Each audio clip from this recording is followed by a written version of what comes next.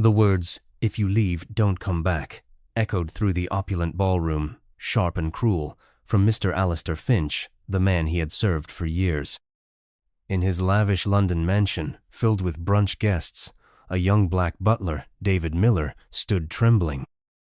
His eyes were downcast, one hand gently held by Miss Charlotte, Alistair's 5-year-old daughter, whom David had helped raise. David's mother, Lena, had just died. He'd quietly asked for 2 days off to attend her funeral.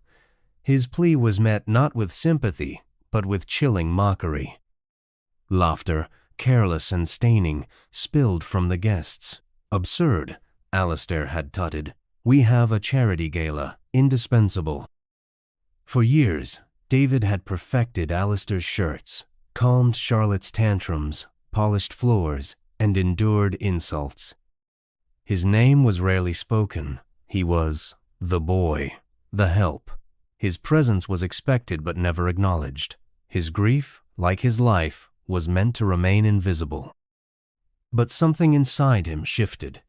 A stillness gave way to something steady and sharp. This was more than heartbreak. It was the beginning of a quiet reckoning. What happens when someone the world refuses to see finally chooses to be seen? David's days began before dawn in the Finch kitchen, a cavernous space of gleaming stainless steel. His hands, calloused yet precise, tied the crisp white apron around his waist, stiff like the house itself. For 3 years, David had been the invisible backbone of the Finch estate, its gears turning smoothly because he kept them meticulously oiled. He filled the kettle, its whistle a prelude to demands, then arranged delicate antique porcelain cups on a silver tray. The mansion demanded perfection, floors spotless, linens military, precise, crystals gleaming. David delivered, unnoticed by Alistair, the white patriarch. His labor was expected, his presence incidental. Dawn painted the London sky a soft gray pink. David set out warm croissants and fresh fruit, his mind wandering to Lena, his mother. Her laughter once filled their cramped but warm kitchen.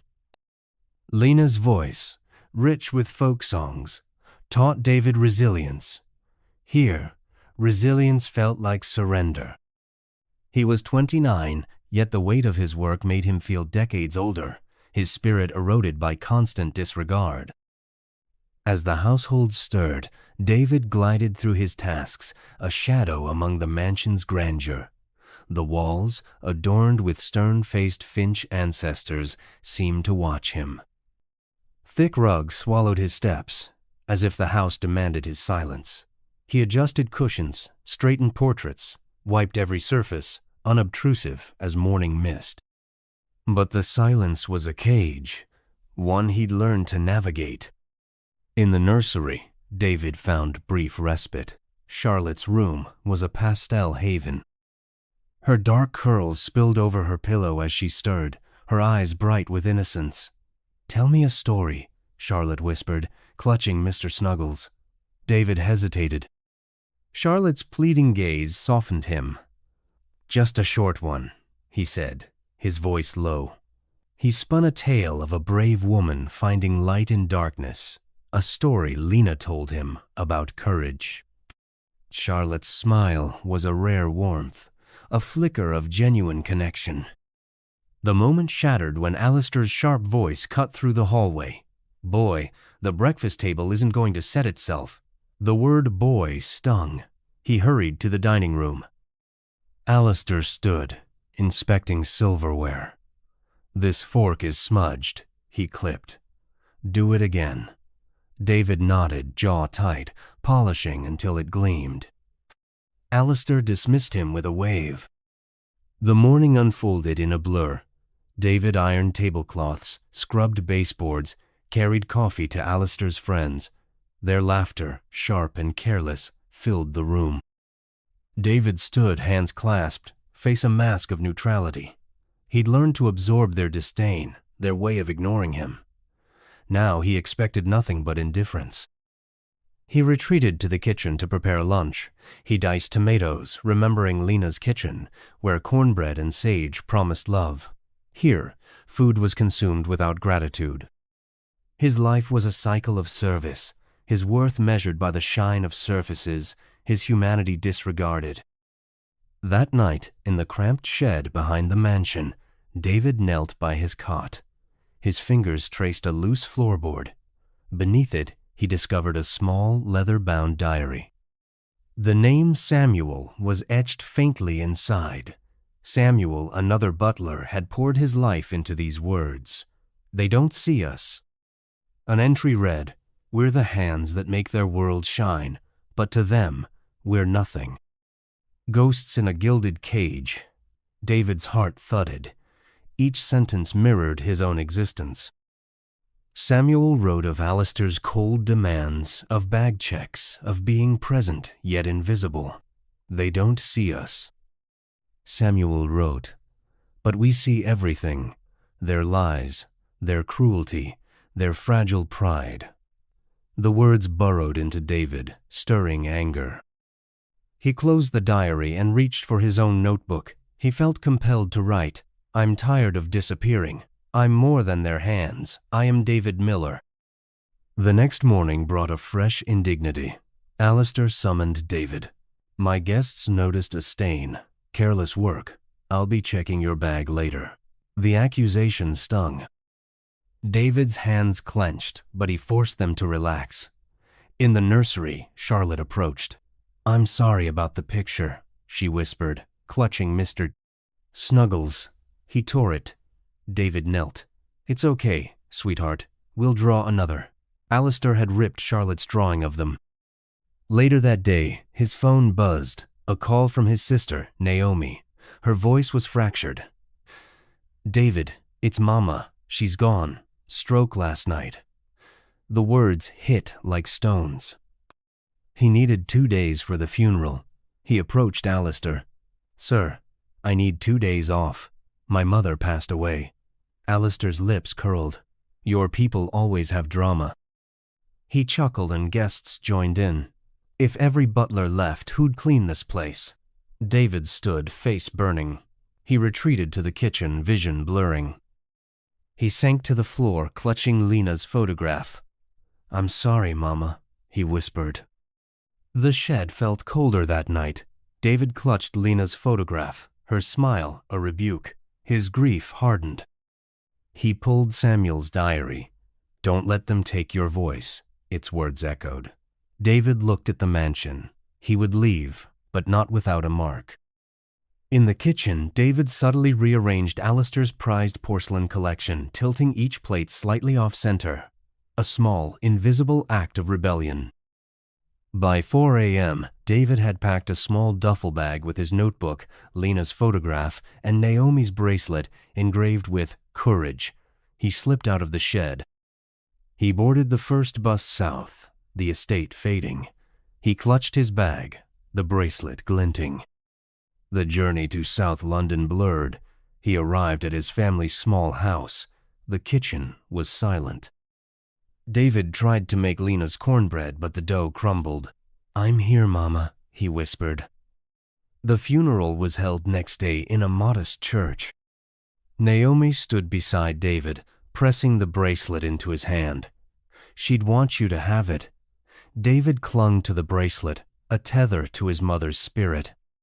2 days later, David returned to the Finch estate. The back gate was locked. His belongings lay scattered in black trash bags on the lawn, sodden. Among them was Mr. Snuggles. David knelt, his chest tightening. No note, no explanation, only brutal dismissal. David gathered his things. The bracelet glinted. He thought of Samuel's diary, of silenced men. He would not let his be next. With Mr. Snuggles tucked under his arm, David walked away. He boarded another bus to nowhere certain, his heart a storm of grief and defiance. As the bus rumbled on, David opened his notebook, his pen moving with purpose. "They threw me out like garbage," he wrote, "but I'm not theirs to discard. Mama taught me better." He knew he'd never return. The bus stopped in Greater Manchester. David stepped off. He followed a memory, a small community church known for sheltering the cast aside. Pastor Elijah welcomed him. "You look like you need a place to rest." David found solace. He met Mrs. Eleanor, a wiry woman, a former domestic worker. "Put your pain on paper, David," she advised. "It'll hold you when nothing else does." Inspired, David opened his notebook. He began to write the butler's letter. He poured out his grief, the laughter, the trash bags. "They called me boy," he wrote. "They laughed when I begged to bury my mother, but I'm not their shadow. I'm a man." He pinned his letter to the bulletin board. Unbeknownst to David, a young woman named Zara snapped a photo, uploading it to an online forum for domestic workers. Zara's post went viral. A local journalist, Miss Bridget, stumbled upon it. She infiltrated the Finch household, covertly recording Alistair. His dismissive words aired on radio, sparking outrage. The Finch name became a lightning rod. Alistair was forced to resign from boards. His social circle fractured. Charlotte bore whispered taunts at school. A cream-colored envelope arrived, a letter from Alistair, demanding retraction. David's fury burned. He drafted a response. "Honor isn't built on silence. It lives in truth. I owe you nothing. My silence ends now." Pastor Elijah delivered it publicly at a community gathering. The reading was a gauntlet thrown, and the Finch empire began to crumble. The very next day, a small package arrived at the church. Inside was Charlotte's drawing of them in the garden, carefully taped together. A note read, "I'm sorry, David. I miss you. Mr. Snuggles misses you too, Charlotte." David's breath caught. It was the picture Alistair had torn, sent by a disillusioned former governess. This tiny act of defiance from within the mansion planted a seed of unexpected hope. At the church, David helped others write their stories, forming a chorus of resilience. Eleanor watched, eyes bright. "You've shaken their world," she said. David read messages from other workers. "Your letter gave me courage to leave." His eyes stung. He wasn't alone. As the week closed, David stood by the bulletin board, his letter joined by others. The church felt like a crucible, forging grief into purpose. He thought of Charlotte.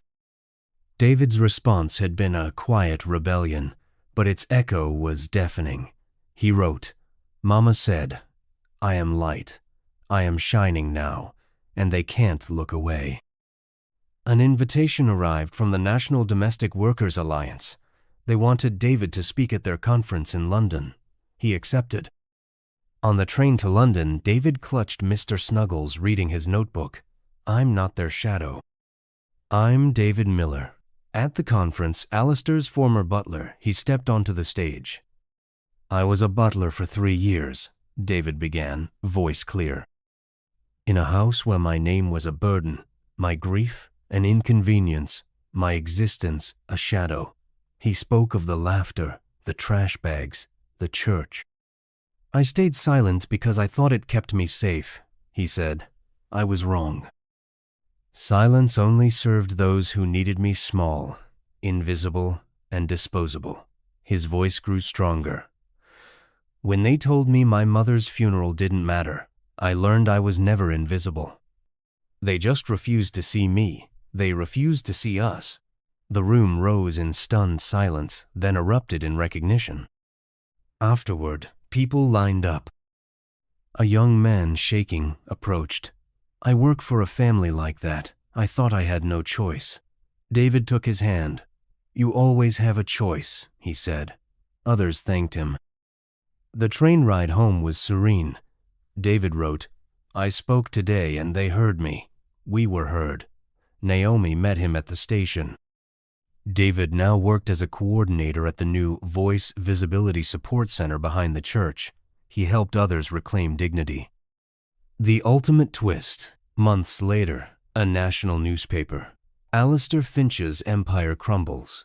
Accused of art fraud and worker exploitation. Samuel's diary. Unearthing illegal art dealings had finally brought justice. Alistair's fortune and reputation shattered.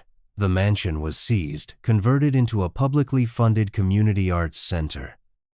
At the new arts center, David placed Mr. Snuggles at the gate, a final message.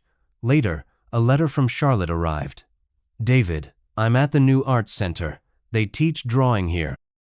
I still have the picture. I understand now.